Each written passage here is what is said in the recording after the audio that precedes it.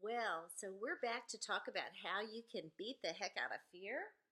And we've been talking about how all humans respond to fear pretty much the same way. There's freezing or fleeing, sometimes that's called flight, and there's fighting, trying to fix the problem. Today we're talking about what it means if you're married to someone who tends to flee, or if that's how you respond to fear. It's very important because you can communicate the wrong things to your spouse or your children very easily.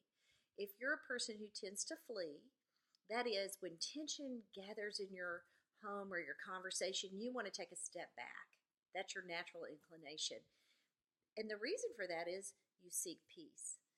But the problem is it can communicate to your family, like to your spouse or to your kids, that you're not really committed to the relationship. And it is a habitual kind of natural instinct to respond a certain way. So they may look at your response as if you're habitually leaving the relationship, or that anytime there's a conflict, you're not anywhere to be found. So you really want to reassure the people you love. You want to tell them, I love peace. And so I'm going to take a step back, but I'll come back and I'll bring solutions when I come. Now, if you're married to a person who's a fleer, a person who, flight person, then what you want to do is understand what they're seeking. They're seeking peace. So that could be a great thing for you, because what that means is, well, let me ask you this. Where is the best place you're ever going to find peace? With the Prince of Peace, of course.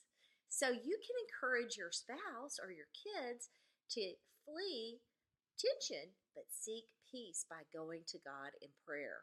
Isn't that a great gift? And they're going to be naturally inclined to do that, or maybe you are, if that's your response to fear. What a great thing to bring your family. So remember, the best solution for fear or strategy is to push pause, pray, and then take judicious action. So the person who has a natural response of fleeing or flight is going to be the person most likely to pray. Isn't that great? What a good thing to give your family. And what a good thing for you if you know that about your spouse. Instead of feeling abandoned, you can just encourage them to seek peace in a quiet place and then bring it back to your family in terms of judicious action options, things you can do, because that's what prayer does for us. It opens up our mind to all the great choices we have.